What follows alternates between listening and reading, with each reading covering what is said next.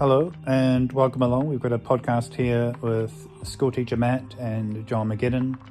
You probably know school teacher Matt, formerly known as school teacher Matt. Now he is soon to be promoted to vice principal Matt. Join us for this sit-down chat. This is the night before a race that we had come to Wellington for. We cover stuff about the tempo. We go into John's history. He's a very experienced kiter and normal downwind paddleboarder. He did some of the race circuit around New Zealand. We get into Matt's difficulty with the tempo. Caveat, he only used it once. But the three of us have been using one of the Axis Protos too, and so we can hear a bit about that. John gets into paddle up technique, and just we talk. It's all about downwinding and tempo foils and other foils and whatnot. So sit back and enjoy. It's about an hour long, and I'll see you at the end. Bye.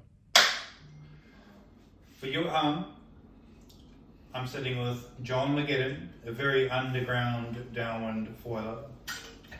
Exceptionally talented, brutally handsome, rides a motorcycle, beautiful family, amazing guy. We've got soon-to-be vice principal Matt on the end. It's a promotion ongoing. I think you guys know by now. But anyway, we're just going to chat about the tempos, just to fly on the wall for this conversation. John gets a bit nervous, so don't get too worried if he starts spazzing out or twitching. Thanks for that. So anyway, back to normal. I'm starting to sweat. Well, Matt's used the 1090. Matt, you've used the 1091. Oh yeah, let's start with me. Yeah, I couldn't get it on foil. Oh, you didn't get up at all? Maybe like a few seconds at a time. Like I couldn't get the speed I needed to maintain it. Yeah. But like literally one run. What was the run? Onshore or bay run? It was onshore. Where were we going? Army to Coopers. So a sort of 10-kilometre onshore run. What sort of wind speed? It would have been 18. Oh, because you used the prototype. Yeah, it was good. So I had an amazing run with that. Steep bumps. I felt like it wasn't as good as that run, the second run, but maybe that's my excuse. And we swapped around.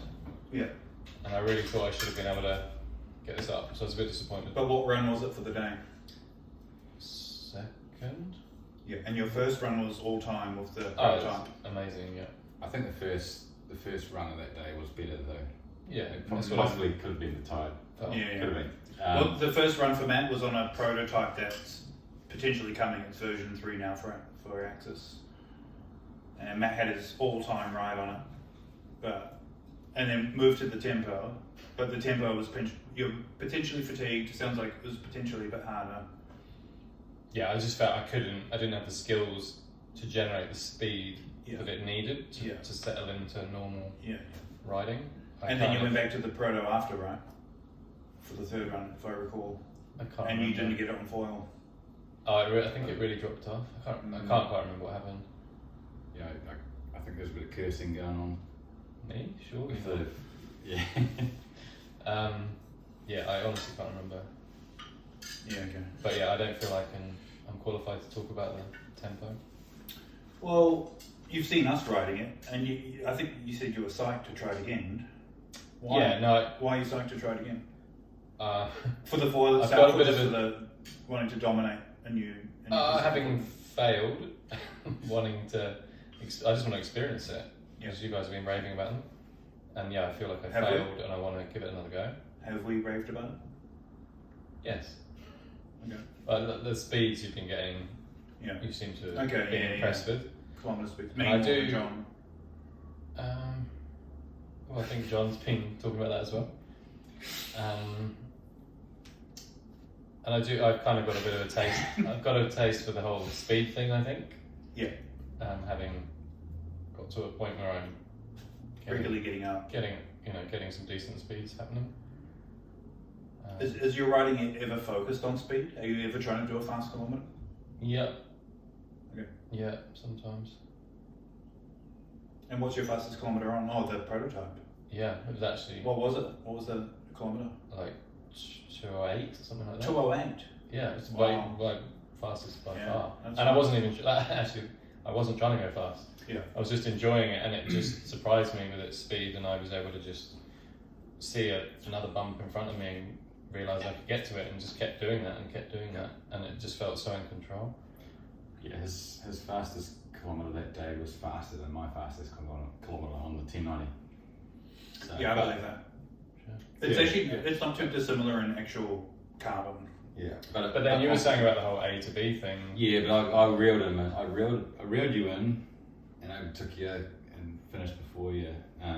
Well, But you had. I came down as well. Yeah, true. And then I actually struggled to get up towards the end of that run. On your first run, the good one. Yeah. But like you were saying, you can go really fast for a kilometre, but you might be bombing down the line a lot, which isn't necessarily the fastest way of going from A to B. So fastest kilometres aren't always a good indicator of Not how well you've not if you're racing in a straight line. Yeah, which John is always racing. But I've kind of got into that game of the fastest kilometre, just because it's an easy stat to look at, and it's quite fun. And it's not too committing, right? Because it's just 1K. Yeah, you can have a. Which you can have a might mare. take half your run to try and feel it out and be like, You can have a mare for a whole chunk of the run and still come out with a really good kilometre time. Yeah. If you were going to grab a foil, John, for your ultimate kilometre, what are you going to grab? The smallest foil I can find. Is it? So are you of the mind of going? it depends on the conditions, really. Yeah. Does it? Because like Dylan will just grab the smallest foil and try and make it work. Wow, his smallest foil is nowhere near. I mean, my smallest foil is nowhere near as small as his smallest foil. Yeah. Yeah, I'm not at his level, but the smallest foil in my quiver would just makes me think I'll be able to pull out. But I remember you saying that sometimes at your smallest one you weren't getting your It top never speeds. works. Yeah, it never So works. your 1,000 you were getting worse speeds than your 1070. Yeah, so what happens is I get really fast top speeds for for a few seconds, but I can't maintain it and I think I'm doing something wrong, bombing down. You know, the reason I've got a small foil on is because it's a big day. Yeah. And I'm bombing down waves, and then finding myself in no man's land and not able to maintain that high speed. The average. That's what Average speed. So that's what you were talking about in that other video, where you were saying about you hold high up on the bump instead of allowing to some yourself degree, to yeah. I mean, it's down. always a dynamic environment, right? Like I can't say that I always do that, but in my mind, I'm always thinking, But try and have no low speed, and often that means not having well, high speed. hold there until you can see. Yeah, if available, but again, it's dynamic. But it's the idea of having a faster speed for longer than maybe going really fast for a couple of seconds. To maintain, to get a 2-minute kilometre, you have to average 30 kilometres an hour, right, for a K.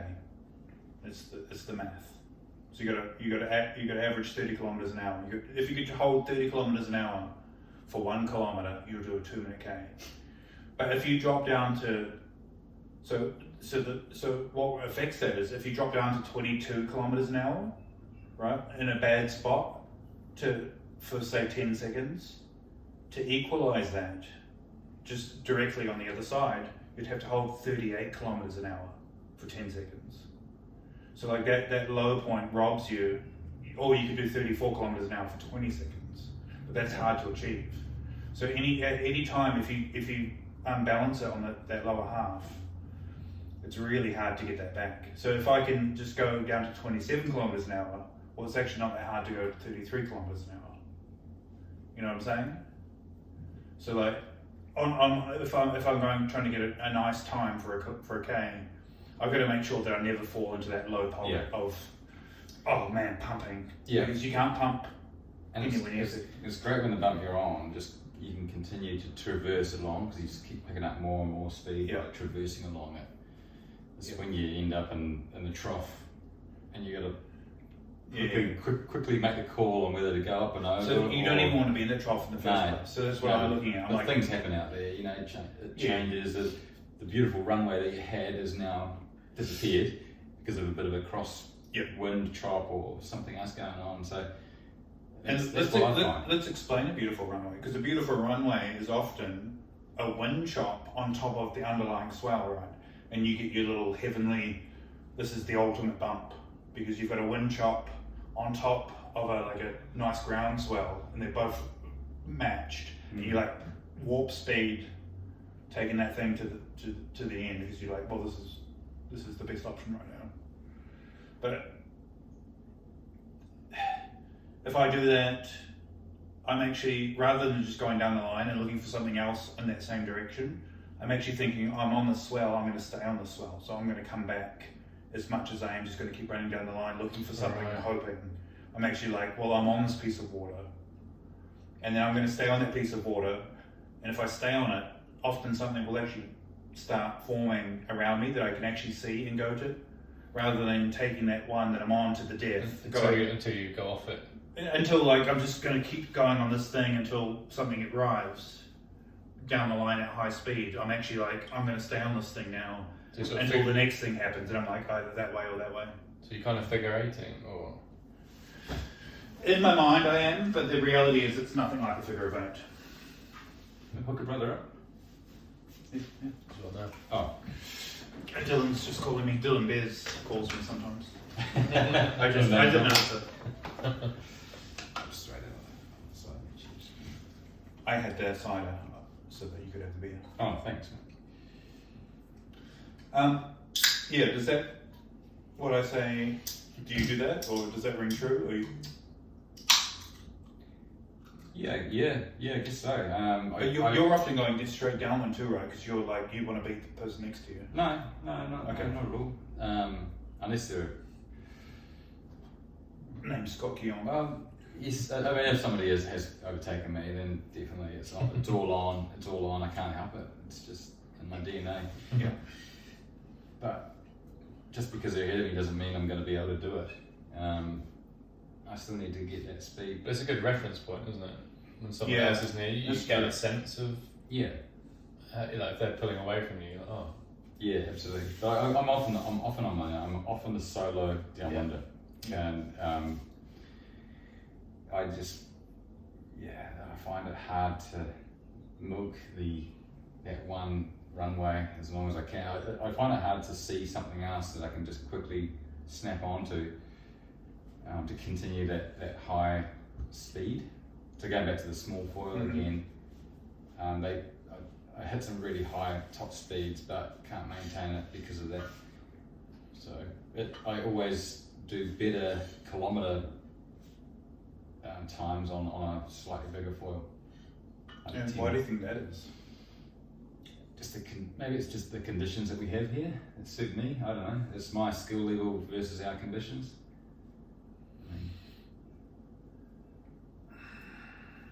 If I had to guess, semi-educated guess, it would be because you're not. When you've got the bigger foil, you're in sync with the ocean. When you got a smaller foil, you've got the ability to get out of sync. And you're getting yourself out of sync, and then now you're in a dead spot. Yeah, that makes sense. Yeah, because if you've got a foil that can suddenly go a lot faster than the swell, it's up to you. Then again. You've got to make sure you're really milking that. Go back to beginner stage, right? Because as a beginner, you see a beginner, we were all beginners. You could actually just pump your way downwind off the energy and never actually be in the pocket, never actually be in the good zone. And that happens a lot, right, when you're beginning. Yeah. And it's the same as you get better. You can end up in these spots that aren't actually advantageous because you're self-powering and you can...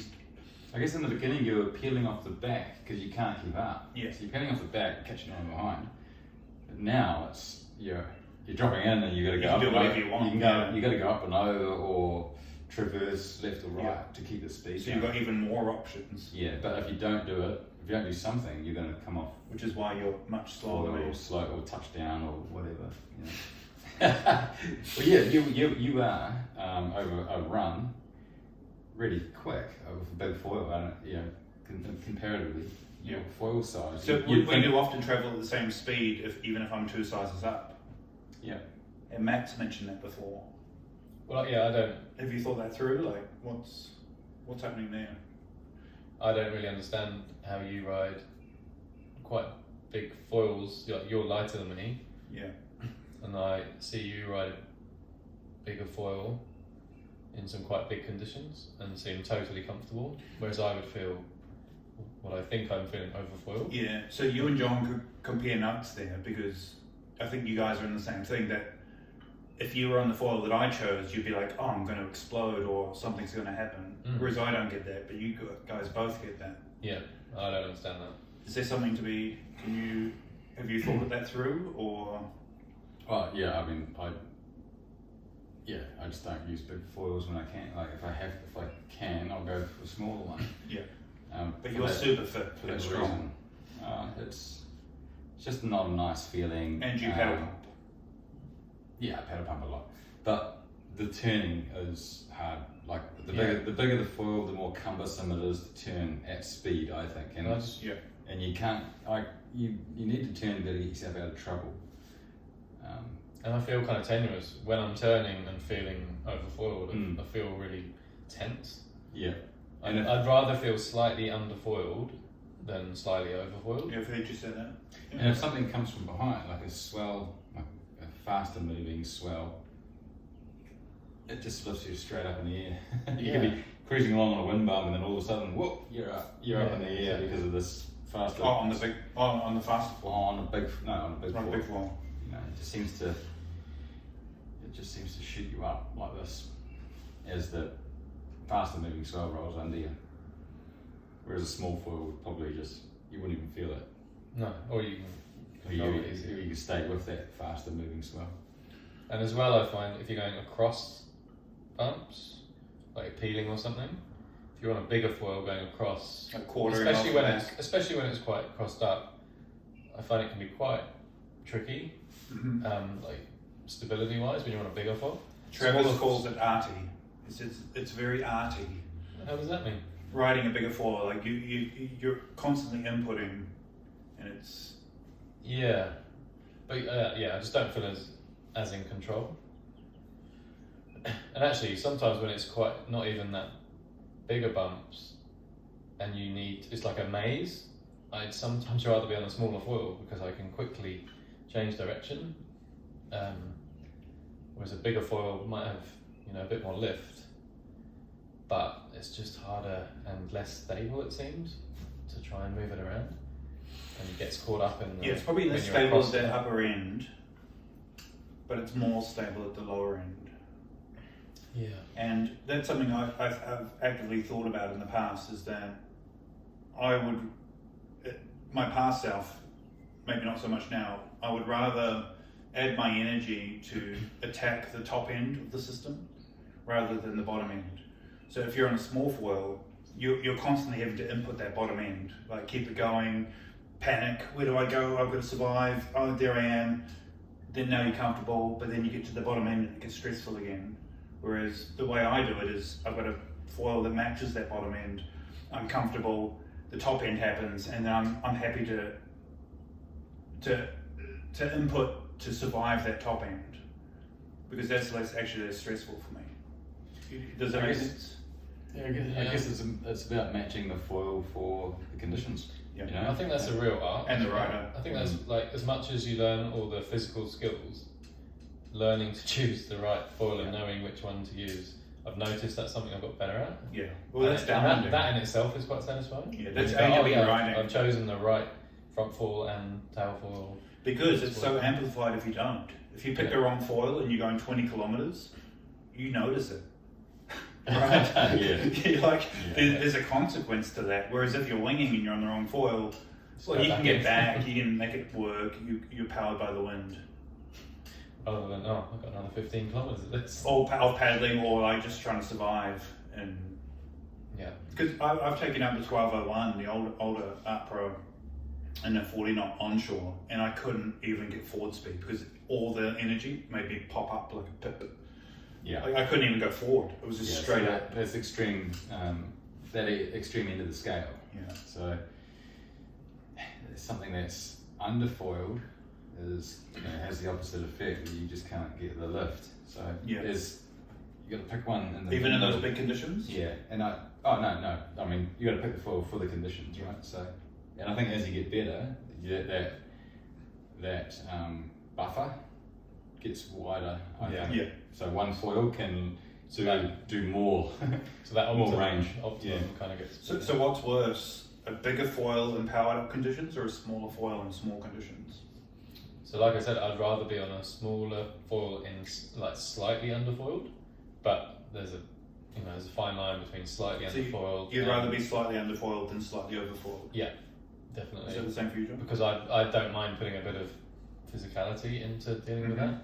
Yeah, but you guys are both super fit. I think it depends. You've got big energy systems. I kind of like the physicality. I like to put in a bit of energy, which is not very efficient.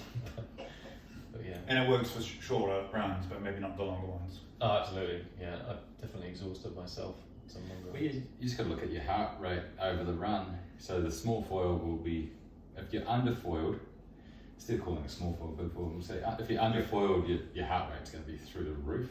If you're overfoiled, your heart rate's not going to be through the roof, but you're going to maybe take a few falls because something's just pushed you off, or you've breached, or you stuck something out. So I think that's the difference. And what do you prefer? I like getting my heart rate going. I'm similar. Like I like, I like the cardio side of things. So I hate that. I just hate that tense feeling where you're kind of, I don't know. But you've also said to me that you like the acceleration and the unknown of if you're going to make that drop. Yeah. Yeah, that's true. So is that in alignment with that? Yeah, I'd rather be on a smaller foil. Going even faster. Yeah. Making the drop. to reach that. No, but it's not as scary if you're smaller foil. Oh, absolutely. There's something less scary about it. You might be going faster, but it doesn't feel as scary because it's more controllable. But to be fair, even if I'm on a bigger foil, I make one of those big drops and not sure I'm going to make it, I still get a thrill out of that. But for the whole, when you're on a reasonable length run, and the whole run you're feeling kind of tense, kind of fighting that lift. Well, that's how I feel. At the upper end, yeah. I don't like that. I'd rather feel like I'm having to physically work through. But then you have the comfort of that low end being beautiful and easy. Yep. But I'm my fear sometimes is on a smaller foil because I'm going to be going 35 kilometers an hour, and falling off at that speed actually is starting to get quite severe. Whereas if I'm on a big foil and overfoiled, yes, I might fall off, it might be scary, but I'm falling for 25 kilometers an hour. And I could just be like, okay. Less exciting though. Yeah. Are the type of foils differently? So if you fall on a big foil, it's because you've probably breached. That's a scarier fall. Or it locks out. That's a scarier fall than a... Or it locks out and wants to turn, you just can't force it back around. That happens a lot. And if you wait too long, that's when beginners taco. Because you try to fight to that last minute, trying to really roll it back, and it doesn't happen. Yeah, the taco. A couple of times I've overcommitted because I'm worried about breaching. I've overcommitted forward. Oh, dude. And buried my nose, especially when there's like a little bump on top of the big bump. Yeah. Those are the worst wipeouts when you think you're gonna breach and you don't, and you make it, and you're just fanging along, and then you just explode because of like the out of worldness that happens in that moment. Okay, so Matt, you're still predominantly using the firewalls. Yeah. But you have used the 1090 once. So barely. You're not going to have experience talking about the tempos, but you've seen us use it. You have a want to use it, so there's definitely input there. And you could also explain maybe at some I'd just point, love to feel the speed of it and the efficiency. but you could also explain what you're hoping to get out of it potentially, or what you hear us say. But John's been using the 1090 tempo. He's been a test pilot for Axis. He's used the 1020. He's using a very severely trimmed down. That is a very small rare foil. And I'm always blown away when I pick these up how light they are. Yeah. Which size is that one? It's like a 25. Yeah, I'm not sure. But feel how light that is. That one's is that 30? Do you think? Yeah, that's your one, I think. Yeah. Yep. So most conditions in Well, tell us more about you. Like, where's your background? So you've been a paddle normal supper. Yep. And you were competing. Recreationally competing. Never really great at it. It was just I did a couple of years of Tuesday night races down like 14-foot type thing. 14-foot race boards just for a bit of fitness. How wide was your board? 21 inch, I think, by so 14 feet wide. Oh no, that's narrow. That's narrow for it. Yeah, well maybe it was 23. I think. Could you go back to that after foiling? Have you tried? I've still got my race board. Yeah, do you jump on it sometimes? I sometimes, every now and then. Not and often. Can you physically do it? Control it? Yeah. You just don't roll off. Okay. Oh yeah, you do. Yeah, I mean it's it's amazing that the mast and the foil actually acts as a bit of a keel. Oh yeah, big time. Because I've gone back to my normal stuff that's like 33 wide, and I can't stand on it. It's overbalanced. Yeah, it's different, definitely different. So 23 is crazy. So my surf's up, I can barely stand on anymore. Yeah, even though I've used it heaps because I'm so used to the foil now. Mm-hmm. Well, whenever I take my race sup out, it must be glassy conditions in the harbour. Yeah. There's nothing else to do but either go and do some paddle ups or take the race board. So you do still take the race board out? Yeah, I haven't done it for a while, but the good thing about it is you pedal on the other side as well. Yeah. So it sort of balances you out a little bit because I'm goofy foot, so all my paddling is on this side of the board. Yeah. But with the race board, you throw a few strokes on either side. And do you paddle out to the wind line and surf stance always, or do you go parallel? I'm surf stance. Always, yeah. Always, on the forward. On forward. Yeah. That's interesting because I've forced myself to go parallel and I actually like it now. Oh yeah. I paddle on both sides, getting out to the wind line. Ah, okay. No. Because I saw Scott doing it. Yeah. Well, he's. I mean, he is the race sup. Yeah. He's a big champ for his age. He's one of New Zealand's best. Yeah. So. Well, I saw him doing it, and then I saw Sam Kim and Cole doing it, and I was like, well, there's something there. Like, I definitely notice my betters doing things, and I'm like, I might be slow to come to it, but I'm like, I bank it. I'm like, that information is like, there's a reason people do these things. So you were sup paddling. So sup paddling, but kite surfing a lot. Okay. For how long did you kite surf? 15 years. Oh wow. Used to have the original kites that you couldn't depower. Yeah. So you were hugely experienced. Yeah, with that sort of thing. But I never foiled on a kite. I was always just surf or twin tip kite surfing, doing big jumps and things. Yeah. But then I saw wing foiling coming along. Well, first kite foiling came along, and it wasn't really that interested. But then I saw the wing, and I thought, that appealed to me because just being able to go to different places where it was dangerous to put the kite up with 30 metre long lines. You could suddenly, I could wing foil straight out the front of my house, for example, which you would never be able to kite surf there. So much easier to learn than kite surfing, isn't it? And the places you can go. And like doing offshores and offshore winds. And if something goes wrong, you've got a floaty board that you can just lie on and paddle home on. So did you wave ride with kiting?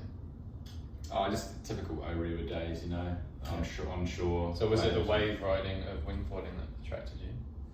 Yeah, I totally was, yeah, for sure. I've never really been interested in the lake, like just going up and down the lake. But so I think the Nash guys brought out the first wing, and I bought one of those. Yeah, the 4 metre. And it was you didn't need any others, right? It was 20 handles. It was just such a heavy sack of potatoes. That's what I learned on. But I only went out in 30, 40 knot days. Yeah. What size? It was 4. There was only one because the idea was you only needed one. Yeah. You didn't need any other sizes.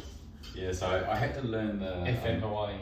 I had to learn the whole foiling thing. That was challenging. Like first the wing was okay. It was pretty easy for me to pick up from the kite surfing, but the foiling was really hard. I remember when I finally started getting off the water, I didn't know how to turn. Yeah. You start shooting downwind so fast, out of control, not knowing how to turn. So it was all on the wing, or did you do some towing or some lessons? I was all on the wing. All on the wing. Yeah, I didn't do any lessons. There was, And there was nobody doing lessons. Yeah, Nash foil. Yeah, I did actually. I had the Nash hoverboard, which is a big square board. They still sell it. Yeah, heavy as. The whole setup was terrible. But I mean, back in those days, it wasn't really a lot of choice. Yeah. Anyway, so yeah, progressed through the kite, the wing foiling, enjoying that. Lots of days at Takapuna, wave sessions and whatnot. And then I saw I just happened to be on YouTube or whatever. I saw a man named James Casey do something like a 200-kilometer downwinder with no wing. James Casey is the downwind sup foiler, in case you guys don't know. Yeah. So James, he inspired me to go ditch the wing and go to the paddle. Were you already doing downwinders off the wing? Not like dropping a car at one end and driving up. None of that. It was more just tacking up wind as far as I could, and then doing a downwind, flagging it out, sort of thing. Like flagging a whole run? No, I wasn't nowhere near that. Okay. I didn't know how to. I didn't know how to read the bumps or anything. I didn't. Because that's quite important, yeah. Yeah, so ditched the paddle. Ditched the wing, went to the paddle, and bought myself a downwind board and started that journey, trying to paddle up. It was just doing lots of flat water paddle ups, couldn't do it for 6 months. So it took me 6 months to. Leaning on your sup experience? Is that why you thought flat water, or? I thought, the sup race, when you start a sup race, it's always a sprint. And I thought, I'll be able to paddle one of those up. It's just a sprint, really. But how did you already know Scott? How did you? Yeah, I've known him for years through the sup racing. And so you kind of got into it at the same sort of time, or? Because I just remember that you two were the ones that were. Well, I didn't know he was. No, I didn't know he was. I didn't know he was doing it. I was doing my own little journey, not realizing he was doing his own little. He was using a forward drive. Yeah, he was. Whereas, yeah. And then we realised, oh shit, let's hook up, and then we can do the card drop. And I keep saying, mate, you got to ditch that forward drive. You're going backwards using that. I was struggling trying to get paddle up, and he'd be finished the run by the time I even got managed to paddle up. And then he ditched the forward drive. Was he using a forward drive and the paddle, or was he on a downwind board? Yeah, and it had a little board, like. Yeah, he had a little control on his paddle to give him a bit of thrust. I remember trying that once. Yeah. So were you on Axis by that stage? Because I know Scott was. He went to the 1300. Yeah, that's right. I remember seeing you guys on. Yeah, I was on Armstrong initially. Really struggled because which foil? At the time it was the HS. Oh, CF. CF. Didn't Sam Logan have a setup that you paddled up straight away or something? When I changed, it was because of Sam. Yeah. Sam from PPC did a trial day down at the lake, and he had his board with the Axis PNG 1300, and I jumped on and just straight up first try it was bang straight away, like pumping around. I couldn't believe it. That was the first flat water paddle up. Could you pump? Not well. Yeah. But I got so excited that I managed to paddle the thing up. Yeah. Enthusiasm. The enthusiasm got you. It was a win. I didn't care how far I pumped. But nowadays when I go to the lake, it's more about the pumping, how far I can pump. Mm-hmm. Although I actually do different routines. Sometimes it's a small foil, try and paddle it up if I can. I purposely. What's the smallest foil you've paddled up? Probably this actually, the 1090. You paddled up the 1090? Yeah. Nice. But it's and then I went back to the 1070 fireball, and it's just so easy. The 1070 is comparative to that? Yeah. Well, with this tail, Yeah. I've only got that tail with the 1090, so that Which might size be, is that one? That's the it's a 30. 30. Whereas with the 1070, I'm using a 40 tail. So you're a beast. Yeah. It's just, I do, you know, you just get the technique, you know. I don't. Yeah, but you got to have the horsepower to make that technique work and learn it. So I think that horsepower served you well. Well, there's two things. I mean, so sometimes I'll bolt on the 1250, and it's not about paddle up then. It's about, because I have 2 or 3 strokes and I'm up, and then it's like, how far can you pump? And I try to pump for like a minute or so, just a minute and a half, and then I come down. I've actually got a it's a training thing on my watch that I use. So it's a 3-minute rest, and then you paddle up again, Intervals. pump around for a minute and a half, and then another 3 minutes. Is that the set time? 1.5 minute pump, 3-minute recovery. Yep. That's it. Yeah. 4 sets or 4 reps. 6 reps. 6 reps. 6 reps of that. And then how many sets? Just 1? Just 1. I'm fucked after that. Yeah, totally fucked. Well, when I tried this for the first time, I did, I think 7 or 8 attempts. I paddled it up once. That was a really good workout. So 7 or 8, just trying to paddle up. I couldn't paddle up. Which is the best for your system, right? Yeah. So there's heart rate spiked, and then I just had another 3-minute rest, even though I didn't paddle it up. Yeah. And then I tried again, and I tried again. I Well, think on the that's third one I got it up, and managed to pump around a little bit. So how come you got it on your third? Was you just dialed in the technique? What did you do different? It's so hard. Because you would have been fatigued. Yeah, I don't know, and I couldn't do it again. No, that day I couldn't do it again. I think it was just go and not stop. Really wasn't. It was just determination. How many paddle strokes do you reckon you take to get it on? A lot. Like it's just seemed to need such a high intensity. Like 15 to 20 for or so long. Yeah, probably. And when you do separate the board from the water and you get in at full elective, are you still just paddle pumping for ages to get it really high? Yeah, it depends. So my stance. So when I can feel the board coming up, I shuffle my feet back. Yeah. Especially the front foot. So that I do the little heel toe thing. Yeah. Get that back. It's not much. It's like an inch or so. Yeah. 50 mil. And then if I can, I get my back foot slightly back as well, and that just gives me the height, and then I can pump around. And it doesn't drop out on you. Doesn't stall, because that was a problem with old foil high aspect foils. Yeah, this does if you don't just keep going. Yeah. You need to know that you're at speed where you can feel it. I mean, you can feel it when it wants to lift. Yeah. As soon as you move your feet back, I think I see a lot of people trying to paddle up at the lake and they can get the board going. It's coming off the water. They're actually foiling, but they don't move their feet. I'm feeling attacked. If all they did was move their feet, when they can feel it releasing like that, if they just shuffled back slightly, it would just keep coming up, and they'd have such an easier. When you pump these, you have to be more delicate. Do you feel you have a different technique? I'm always riding high aspects, so I think I just have a delicate pump anyway now. Like it's hard. I went back to the surf. I went to that surf board today actually, and it was. I struggled to pump. I struggled to pump it. Like I was pumping back out to get the waves and out the back, but it felt hard to pump, hard to glide. Mm-hmm. And I think it was a bit more of a porpoisey sort of pump. Yeah. I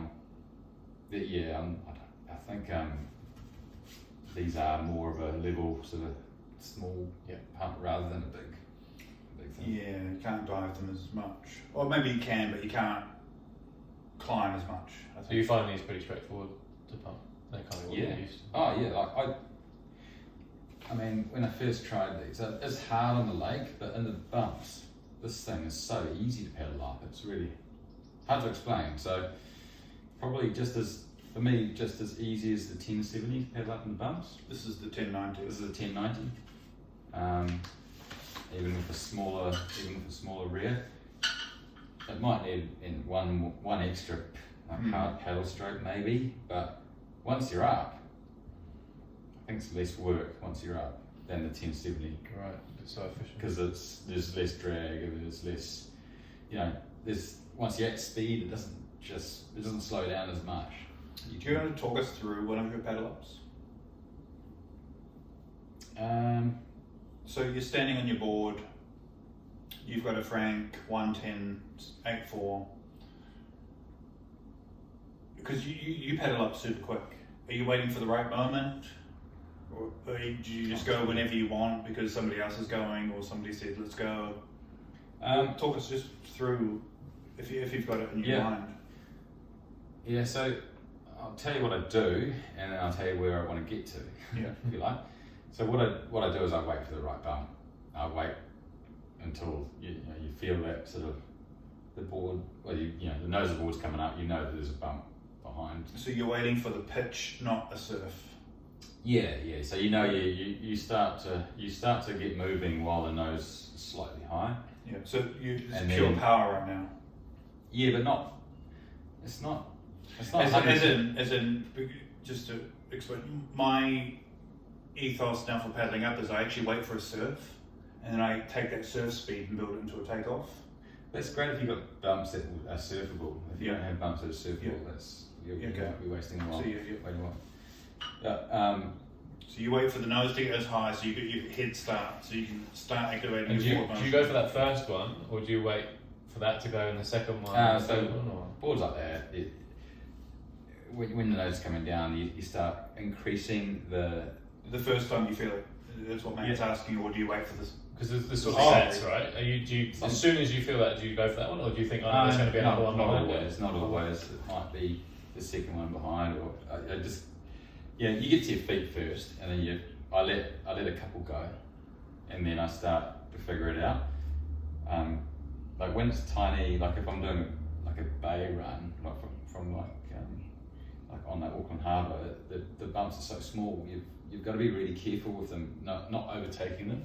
Mm-hmm. So I just operate at about 80%, but high frequency, small little choppy stabs, and try not to put too much power in, because I don't want to zoom across and overtake the bump. Yeah.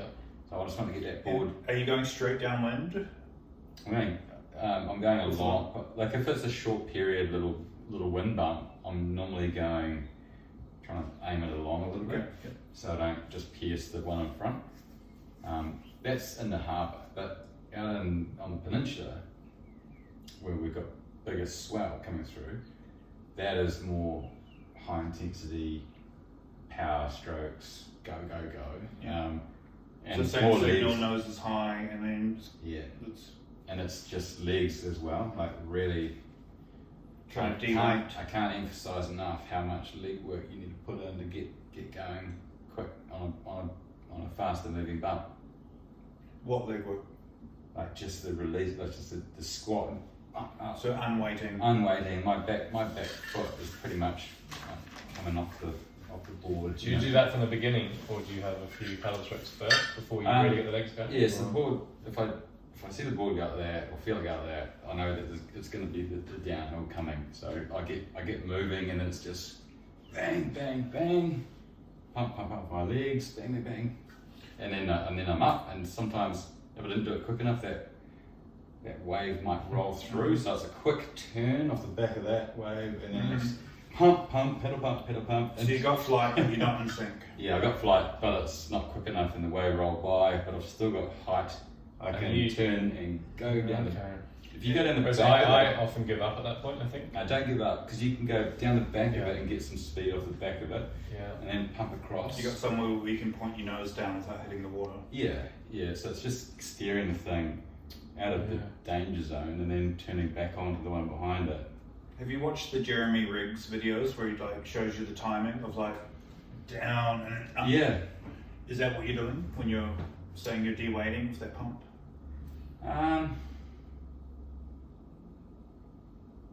Yeah, but it's kind of maybe that's kind of really slow motion. I think. What part slow motion? Your one or his one? his one. Yeah. It's very slow motion, maybe because it's flat water as well. Mm-hmm. So when you're sprinting, geez, hard to explain. It'd be nice to get some video footage actually. Anyway, that's what I do now. But where I want to get to is doing more races. Like you watch the race starts and people, the fast guys, they just get up like that. They jump to their feet and they go. They don't wait. They don't wait for a bump. They don't wait for anything. They just go. Yeah. That's where I want to get to. So I tried it and failed miserably. Yeah. Like it's just, what happens? What makes the failure? Just I can't, like the timing's off. I can't get lift. I can't get height. So you might have something in front of you that you're running into. Yeah, or maybe it's the stress or the situation or what. I haven't got my balance right on the board.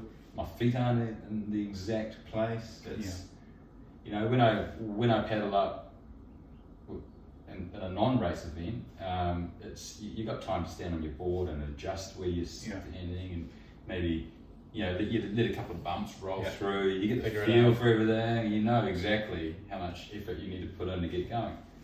But in a race situation, it's not like that. So we will be trying to do that tomorrow. Get up as quickly as possible, immediately, or wait and see. It's a race. Tomorrow's a race. So as soon as someone's in front of you, you'll be. But surely falling off and doing what you're doing, and then reclaiming, getting your board, getting back on it, getting to your feet again, is more of a hindrance than just waiting for a bump or two. That's two the gamble, seconds I to guess. adjust your feet. Absolutely, totally is. But we're humans, and when you put humans in a racing environment, you see the red mist, and away you go. Okay. So, yeah. I mean, I should say that I also used to race motorcycles too. Yeah. Road bikes. So I like the competitiveness of racing. I mean, you're a beast. I've seen for years. It's driven with competitiveness, I suppose. So, I was hoping to talk about the tempos to some degree, but don't really know where to go with it. What's your go-to, the 1090 or the 1020? And have you tried something smaller? My go-to is the 1090 for our conditions. Like 15 knots. I used the 1090 the other day, even on that offshore, which was not much energy at all. Yeah. So I think the range is massive on this. Yeah.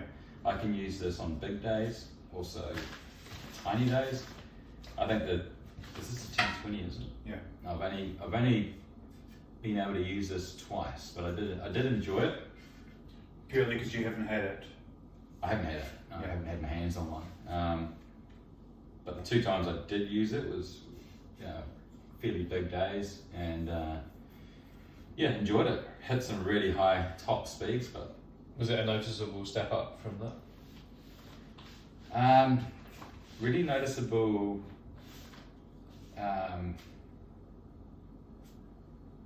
Less pressure, I suppose, when you're turning and stuff. It felt like I can maintain my speed and turn at speed without. What's the turn like? Because obviously these are designed for speed and racing. What are they actually like for turning, like compared to the fireball? I think the fireball feels a bit turnier, to be honest. Which I guess you would expect. But these definitely don't have as much drag. So. What do you compare the 1090 to in the fireball range? I'd say the 1070. I would have thought. I mean, I was on the 1070 all the time, but now I'm on the 1090 all the time. Yeah. And do you have the same sort of approach to the bumps? If you put it on the 1090, you're like, well, if the 1070 is going to work, the 1090 is going to work. So it's pretty much they're interchangeable. Straight. Okay. Unless you're at the lake, flat water, I would opt for the 1070. Yeah, for success. Yeah. I don't know why. It's just, and maybe it's a bigger tail. Maybe these are just too small for the lake. So is this comparable to the 1000 then fireball? I would say so. Yeah. I mean, again, no troubles paddling it up in bumps. I would say it rides with more pressure than the 1000. That one, for me. I haven't used the 1000 often because I found it hard, but actually the 1020 is not overly hard comparatively. So if I had to choose and I had to get up to save my life, I would choose the 1020 over the 1000.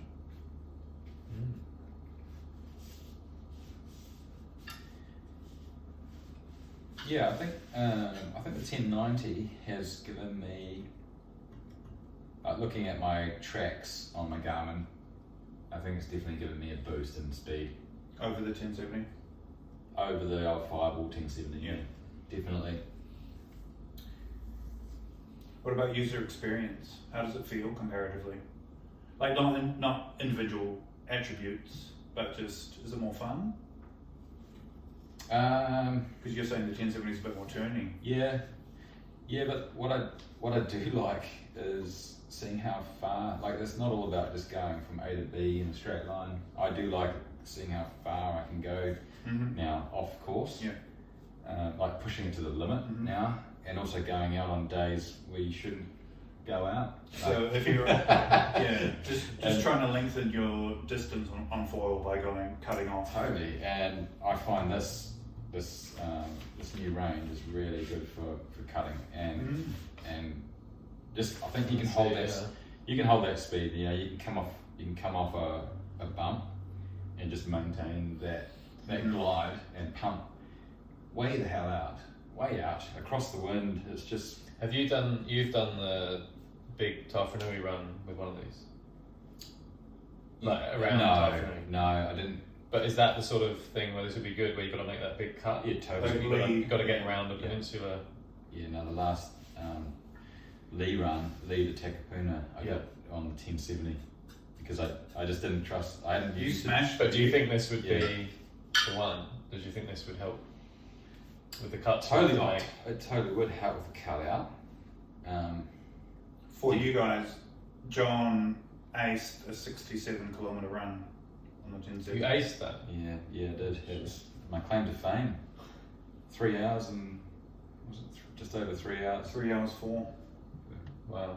And it was a small day too. It wasn't big energy. It was hard for me. I think I was on the 1250. Yeah. Yeah, it was a. I think that's why I aced it though, because it wasn't big conditions. You know, it wasn't. It was easy. It was just easy. You know, the whole way. It wasn't easy for me. I was working hard. I was redlining to get into Army Bay. Yeah, I don't know why. It seems odd.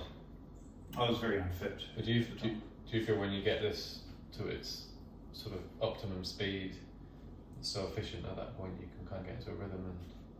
I feel like it just stays there. I feel like it gets to a speed and it's hard to get it to go faster. It's hard to accelerate more, and it's hard to slow it down. It just sits at this one speed. That's what I felt when I first rode it. That's what I felt, and it felt draggy. It felt draggy with this tail. The first time you felt it was draggy, I had a prototype 50 tail that you used. Oh, was that it? curved down one? Yeah, right. And you didn't like that.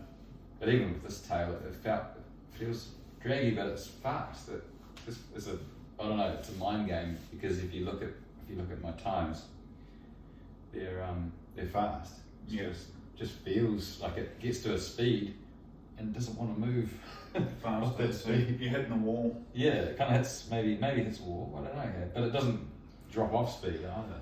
What sort of speed? Does that make sense? What sort of speed do you think it wants to sit at? Is that around 30?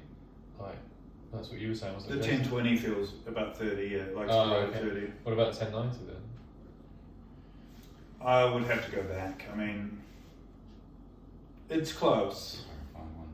It's close. And my fastest speeds in New Zealand are probably on the 1090 on the regular. Like speeds as in kilometres. Speeds. Yeah. I don't get very often big top end speeds. I feel like my device gets rid of the spike and brings it down to like the average top speed. Because like I look at the GoPro, I'm like going 39, 40. And sometimes But what about like, do you not get like 2-second top speeds that are? Yeah, but I just feel like, I guess they don't mean a lot. So my 2-second top speed, my 5-second top speed, and my 10-second top speed are always the same. Oh, okay, yeah. And I'm like, well, I don't trust it. I don't trust that. I feel like I had a huge peak speed, but for some reason it's just. But I guess it's not that important either, is it? Those little. I mean, it's important when you want bragging rights. But in terms of efficiency over long distances, I guess.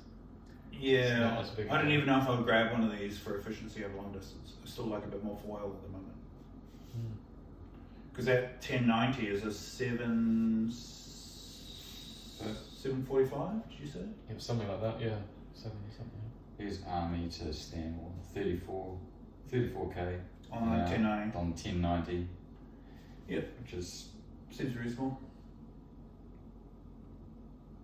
But on the 1020, I think I did like 39 or something. Oh, on the Martins run? Yeah. Yeah. No, on the Shakespeare Tekapuna the other day. Because you did 39 going from Martins to Aruba with me on that 45. Yeah, and I did it another couple of times on that Shakespeare run. 39. That's fast. I came off at that speed too and slapped my face on the water so fucking hard. It felt like my eardrum. It felt like my eardrum burst, and I honestly saw stars. It was really scary. I see stars when I stand up, so it's not blowing me away. But yeah, it was quite scary. I was on my own out there too. So, is it a professional foil? This new one? Because people are going to want to know about the tempo. Is it for professionals? Is it for intermediates, beginners? Who is this foil for? I would write the beginners off. Yeah, for sure. I think it's more of an intermediate. And this is obviously for paddle downwinding. To pro, yeah. I think it's for downwinding. No, but this advice is for paddle downwinder. Yeah. Because I'm sure if you're winging, you could go to these straight away. Oh yeah, I didn't even think about that. Yeah. Totally. If you want to go fast on a wing. Yeah. I've actually lost touch with winging and what foils you use with winging. Do you see any use for them in surf? Nah. Not even pumping around. I think they're just too spanny for the surf. I enjoyed the 1090 in the surf. I was making sections at Ori with it. I wasn't making on other foils. Oh, there's it covers the ground quickly when you're pumping. Like if you want to go across to a peak or something, then it gets you there fast. Well, yeah. I mean, it depends what you're looking for in the surf. If it's big swell, beach break, you probably want more of a surf foil. But if a little Ori a day, where you're just trying to link up as many waves as you can, definitely. Oh, I can't pump it very well. But for down the line riding, like when it's peeling off so fast, it's hard to make the section. Yeah. This was great because it was just like fanging down the line. But then I would fade on my pump out to the next one. I might get one more wave, but. I know it's not designed for that, but I just wonder what it would be like. Yeah, I just think the carving, if you want to carve turns on a wave, go with. Yeah, it'd be too drawn out. So not for beginners. I don't think it's for beginners. No. Okay. Intermediate, I think, and pros for sure. There's a big space between intermediate and pro. Like pros can use whatever they want, so forget pros. Yes, this will be great for pros. So I guess advanced. I guess I'm in the intermediate. You're not. No, you're not intermediate. You're advanced. You're advanced. So I think it's great. So it's good for advanced. Intermediates. What about Matt? Matt's an intermediate. Well, I've proved so far the evidence suggests I'm not good enough to use it, but it was only 1 attempt. But yeah, I would imagine. I'd imagine I should be able to use it. But would you feel comfortable suggesting that for Matt, or what else would you suggest in its place if not that? He did suggest it for me. I think I think Matt can use this. I think he's just had a bad run, but there might have been other factors going on. He was probably fatigued a little bit. Yeah. The day did change a little bit from the first run that day, so and new foil, like different foil, and maybe the mast position was quite right on the board. So these have to be moved further forward. Yeah. Let's blame all of that. So you're going to suggest this to intermediates? Yeah, I think if those intermediates are looking to go faster downwind. So if they're using the 1070, don't buy easy. Buy one, right? buy one of these. Don't buy something else. Don't buy the Surf Force. So if you're using the 1070, you'd be comfortable selling them the 1090 tempo? Totally. What about if they were stuck on the 1160 and found the 1070 a bit hard? Yeah. Is there a bigger size? Is there a bigger? No, that's the biggest. Yeah, probably. I think it'd be quite a step up to be able to paddle it up from the 1160. So, But I don't have much experience in 1160. But would you suggest if somebody's using an 1160, it's like I'm pretty good with it. It's my wheelhouse. I find the 1070 a bit tough. Are they better off buying a 1070 or a 1090 if cost wasn't the problem? So weirdly, at the lake, I think the 1090 is super hard to paddle up compared to the 1070, but in the ocean with bumps, they seem similar. Yeah, look, really. I'd even go as far as to say the 1090 might even be easier. Yeah. And I don't know why. I can't. Well, the bump's giving you that initial speed and it's giving you a pathway. You don't have to create it yourself. Yeah. And maybe it's just the lack of friction and lack of drag. And that's a big thing that exists. So you can't really compare the lake to ocean conditions. So yeah, I would say if the lake is flat water, by the way. Oh yeah, totally. It's not like a big bay run lake or anything. It's just pure flat water. So yeah, if they're on the 1070, or if they're wanting to buy the 1070, I'd say maybe try the 1090. Okay, well that's good. What's the worst thing about these ones that you found? Or what's the negatives? If any. Having to give it back, I suppose. Yeah, I was just talking about that in my last video. It's hard using a proto, and everyone's like, "Oh, it must be amazing," but you're like, "No, because I've experienced it. It's amazing, and I have to give it back." And it's like, that's worse than not knowing. You just block those calls from Adrian. Adrian who? Yeah, he knows where you live. Yeah. Yeah, definitely. It's definitely unlocked a bit more speed and potential for me anyway. At the level that I'm at. Yeah. So. Do you care that it's on a new fuse system? Like, I know the new fuse system is awesome if you've got it, but do you care that it's on a new one? You have to invest. Because that's going to be a big thing for people. Like, oh, are they going to continue this line? Which I think they are. They're going to keep doing new foils on that titanium fuse. It is a bit of a bugger, but look, when you weigh it up, literally, when you weigh up the old fuse with the wing and the stabilizer attached, it's quite a heavy thing compared to I think so. And that's most of the fuse now, right? And that's light as. That's very light. That's pretty much it. The fuse is only a piece of titanium that long, so and once you have that piece, then you can just bolt anything to it, I suppose. Yeah, and you just leave it on your mast. You can feel how stiff this is as well. Yeah, it's not even the stiffest one, dude. They've stiffened them by a mile. So this isn't the stiffest. Not even close. Oh my god.